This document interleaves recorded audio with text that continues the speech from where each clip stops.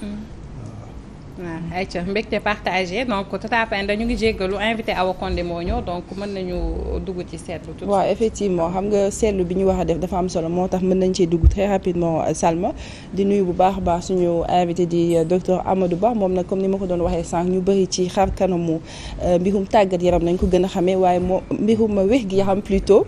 si lañ ko gën a ràññee waaye itam xam-xamam màcc na lool ci li nga xamante ni moo ñeel aménagement du territoire ingénieur la ci macha allah moo tax tey ñu taamu waxtaan ak moom ci lu ñeen mbirum inondation fii ci Sénégal. Alors docteur en 2012 gis nañu le président Macky Sall mu daal di lancé li nga xamante ni mooy un plan d'urgence ñeen li nga xamante ni rek moom mooy inondation yi fi jotoon a am tey ji plan décennal boobu yóbbee ñu lu tolloo ci 700 et quelques milliards waaye teewul dafa mel ni tey ji la inondation bi gën a bëri doole la question que tout le monde se pose moom mooy ni que xaalis boobu tey fan la dugg. nun mënuñu xam fan la xaalis bi dugg parce que du nun noo ko gérer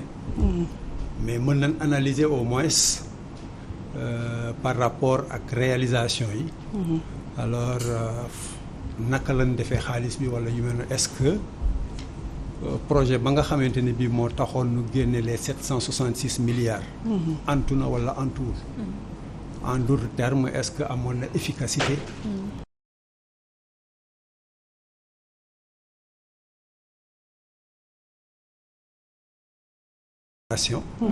alors ñëwaat na de manière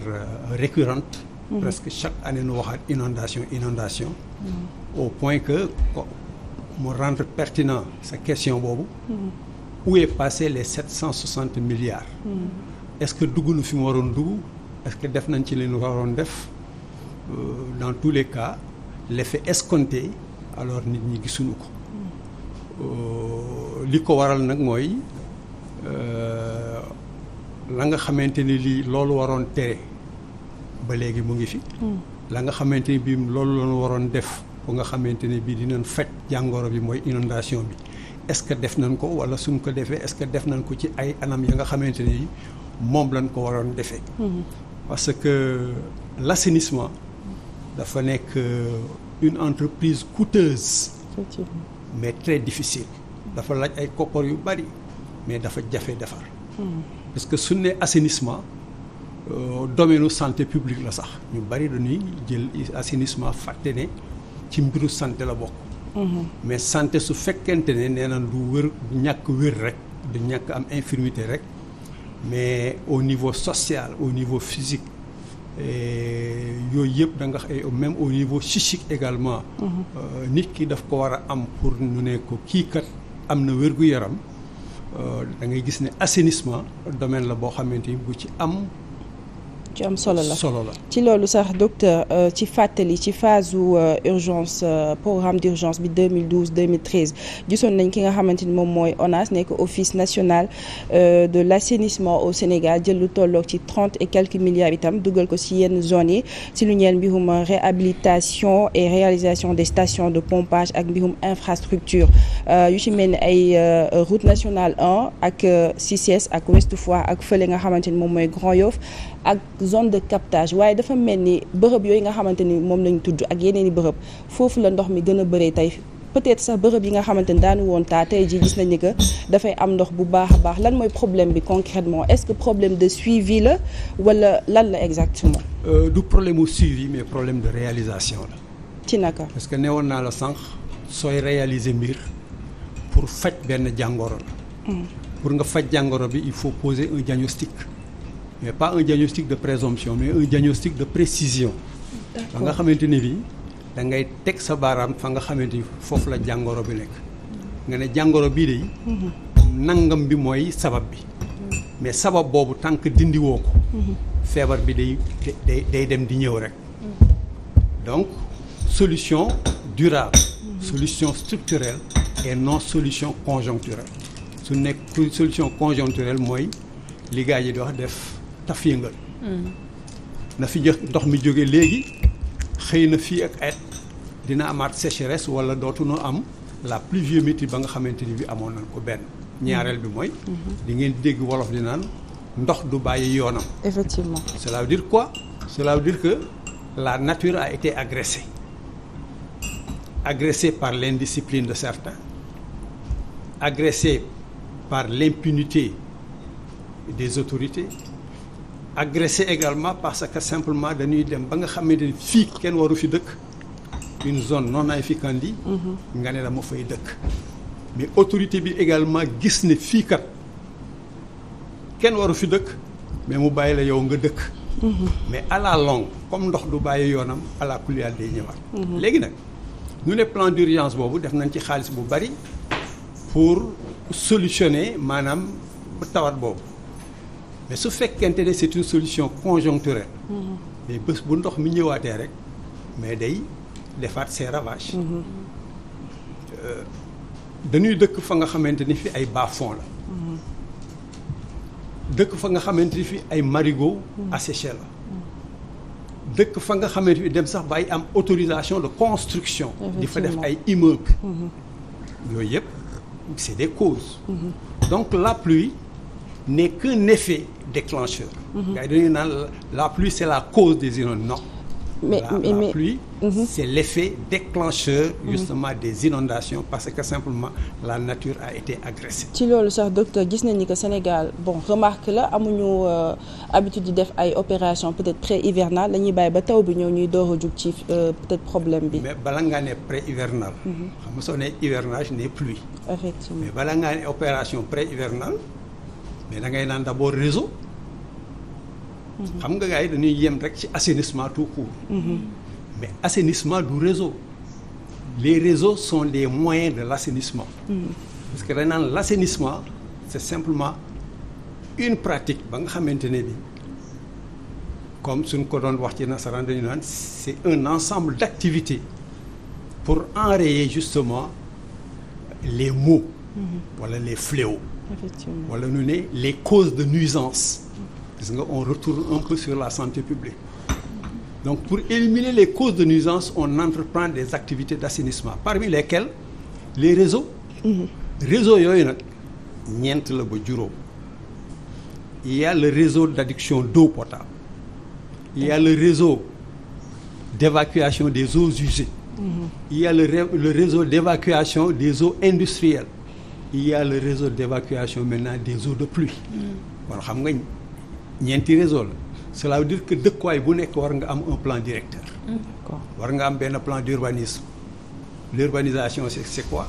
C'est faire en sorte que nit ki am dëkkuwaay bu mucc ayib dëkkuwaay ba nga xamante ne bi da nga mën a naan. ndox mu salte bi ni nga ko mën a évacuer.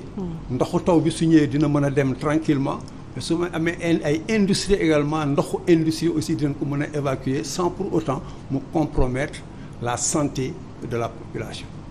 Mais soo xoolee lii yëpp est-ce que am na su fekkente nag am na ñu ne la opération pré-hivernale c'est-à-dire à l'orée de l'hivernage les services techniques municipaux wala service d'hygiène wala yeneen dem di def ay drainage bi mooy tout ce qui est matière solide bi nekkoon ci biir réseau yooyu nu dindi ko pour rendre fluide ndox mi nga xamante bi di su ñëwee du taxaw mais su fekkente ni curé wuñ ko donc les matières solides sont encore dans les réseaux. Effectivement ndox mi su ñëwee day tag su tagee am keneen te gis nga au-delà même suñu comme inondation la ñuy wax boole ko ak santé au-delà des désagréments au-delà des problèmes physiques ak gaspillage matériel yuy yàqu ak yooyu mais il y a l'aspect santé xam nga désagrément yi rek mooy embouteillage yi mooy tali yu yàqu yi mooy kër yu am ndox yi ak yooyu perte en vie humaine yi sax am nañu ci ñàkk bakkan ak accident yi la mais la santé publique les maladies hivernales yooyu si lay bëri di waaw paludisme par exemple les dermatoses les maladies diarrhéiques le paludisme la typhoïde la grippe effectivement mais yëpp ce sont des maladies hivernales da nga xamante ni waxuma la rek inondation bi kese problème yi muy causé ak yooyu mais dafa am jeexital également ci nga xamante ni mooy wér-gu-yaramu askan bi doomu aadama très bien waaw man mon souci c'est que toujours par rapport aux inondations est-ce que amul responsabilité état sur benn côté boo xam ne dëkk day am plan d'aménagement du territoire dëkk aussi day am lu ñuy wax planification suñu xoolee ne tey sous l'ancien régime socialiste yenn parties yi nga xam ne supposé être des zones inondables ñoom ñoo lotissé jaay te pourtant ñi fa nekk impôt domaine ngi ci cadastre des agents de l'État ñoom ñoo autorisé duñ fa sax dem dëkk buñ fa amee tamit ay parcelles dañuy jël jaay ko duñ fa dëkki c'est le cas de SNHLM avec Kër Massar nga ñëwati encore sous le régime libéral nga ñëw zone de captage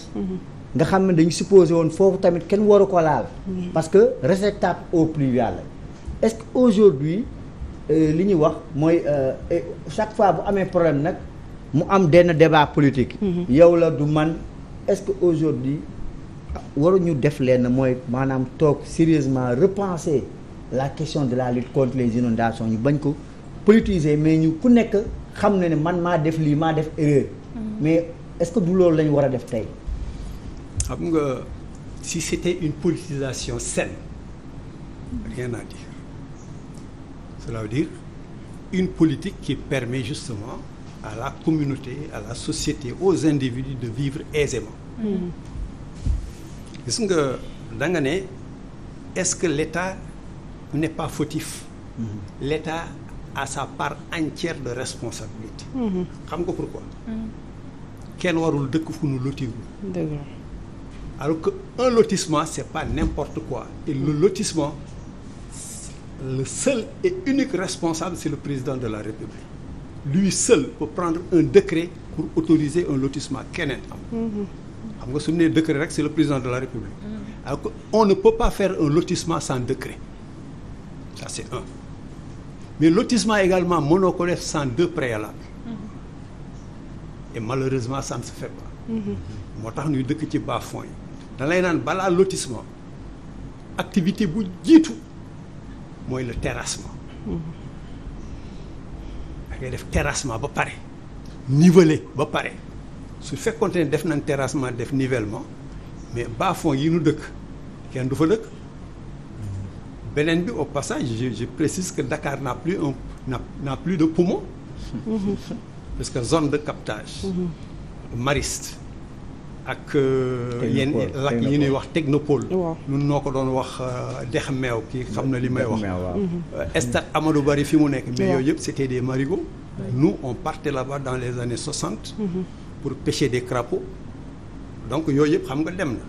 donc je disais le préalable d'un lotissement c'est d'abord te lotissement encore wuute na ak morcellement bala ngaa morceler da ngay lotir ba pare bala ngaa lotir il faut nga def ce qu'on appelle un terrassement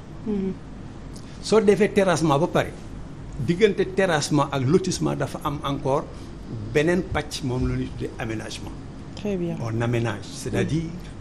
on affecte les zones aménagement du dara lu dul xool zone bu nekk nu affecté ko parce que dañuy naan la ville a plusieurs fonctions.